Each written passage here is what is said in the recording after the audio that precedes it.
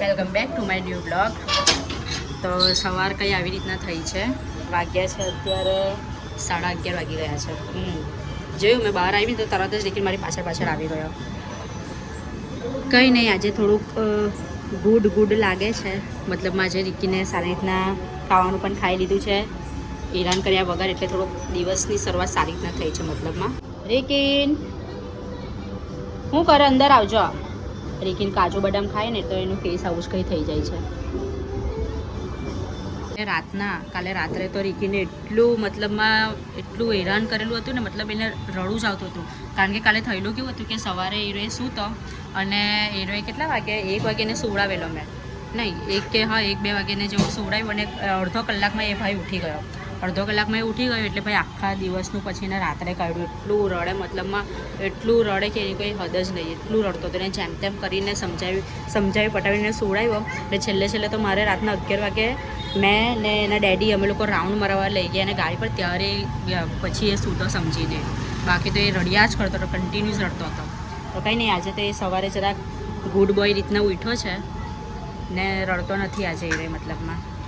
ફેંકી દીધા ટોઈસ, હવે નથી લાવવાનું, ગંદુ થઈ ગયું. જો બધા રમકડા લાખવાની આદત છે રિકીન ભાઈ. રિકીન છે ને એના રમકડાથી લઈને અમારા ઘરના વાસણ બી બહારને કે ફેંકી દે છે, બહાર જ લાખી દે છે બધું જ, ઓલમોસ્ટ બધી વસ્તુ. એક વખત તમારો ફોન એને જોરમાં ફેંકેલો છે બહાર. એટલે એનું કેવી આદત છે કે ભાઈ કંઈ બી હોય એના હાથમાં એટલે એ તું બહાર ગઈને લાખવાનું આપણે, બસ એનાથી કોઈ મતલબ નથી એને. આવી રીતના છે. એટલે જ્યાર સુધી એ સમજે નહીં ત્યાં સુધી વસ્તુ સાચવવાની જ છે. એટલે જેમ ચાલુ છે ને તેમ રિકીન જેમ ચાલુ છે ને તમે મારી પાછળ આવે છે. હેર કટમાં છે ને હેન્ડસમ લાગે છે. જો એકદમ શોર્ટ મેં કરાવી દીધા, એકદમ ઝીણા કરાવી દીધા છે. કારણ કે બહુ જલ્દી એના હેર આવી જાય ને કપાવવામાં પછી એટલો રડે છે એ છોકરો. હજુ તો એનો મેં વ્લોગ ઉતાર્યો જ નથી, એટલો રડે છે ને કે એને આપણે વ્લોગ ઉતારીએ કે પછી એને ચૂપ કરાવીએ. એટલે મેં છે ને કે ફોન સાઈડ પર જ મૂકી દીધેલો હતો એ સમયે. તો બહુ જ રડે રિકીન. રિકીન કંઈ 10 વાગે જેવું ઉઠ્યું એટલે રિકીનને છે ને મેં ડાયરેક્ટ લંચ જ કરાવી દીધું આજે.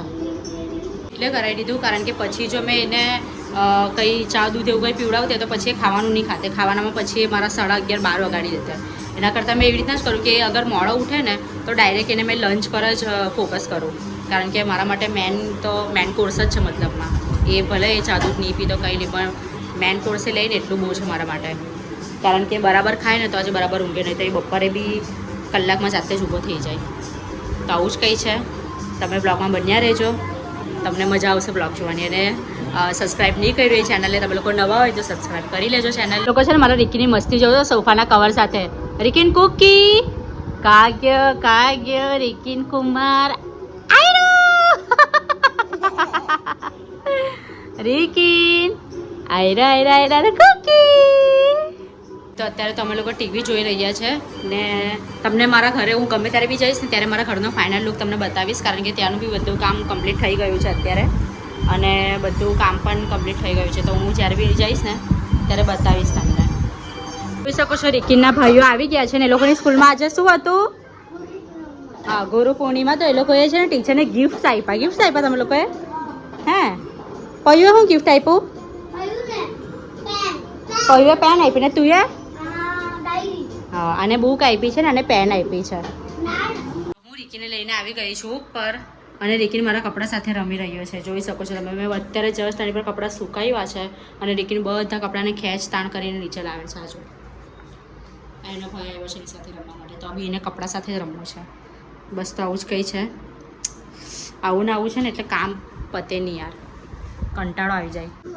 આ છોકરાઓ જે લે છે ને બધું રિકીને લોકોના હાથમાંથી લઈ લે છે. જો આ હોર્સ છે ને નીચેથી ઉપર રમવા લઈને આવ્યો છે. બસ કંઈ નહીં, ખાલી એને લાવવું હતું. હવે જો આવું ને આવું છે. નીચે તો નીચે, ઉપર ઘરની હાલત બી કંઈ આવી કરી છે આજે તો ભાઈ.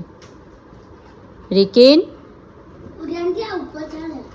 ઉપર બી ચાલે, નીચે બી ચાલે, બધે જ ચાલે. એડું રિકીનને આવડતું નથી ચલાવતા. બોલ શું કરીએ? તો રિકિન છે ને ફાઇનલી અંદર સૂઈ ગયો છે, જેમ તેમ કરીને સૂતો, કારણ કે એને ટ્રેક્ટર જોતું હતું અને ટ્રેક્ટર તૂટેલું હતું. હવે નાના છોકરાઓનું એવું છે કે ભાઈ એ લોકોની સોય એક પર અટકે ને તો એક પર જ અટકી રહીને એને પાછું ઊંઘ આવતી હતી, એટલે એને કંઈ સમજ નહીં પડતી હતી કે શું કરું. તો જેમ તેમ એને સમજાવી પટાઈને એને સુવડાવ્યો છે. હવે ઉઠ્યા પછી ખબર નહીં એ ભાઈનો સ્વભાવ કેવો હશે ને કેવો નહીં, રડે કે હશે કે ખબર નહીં હવે શું થાય તે. પણ આ બ્લોગને હું હવે અહીંયા જ એન્ડ કરું છું. તમને બ્લોગ ગમ્યો હોય તો બ્લોગને લાઇક એન્ડ ચેનલને સબસ્ક્રાઈબ કરી દેજો અને સપોર્ટ કરતા રહેજો. બાય.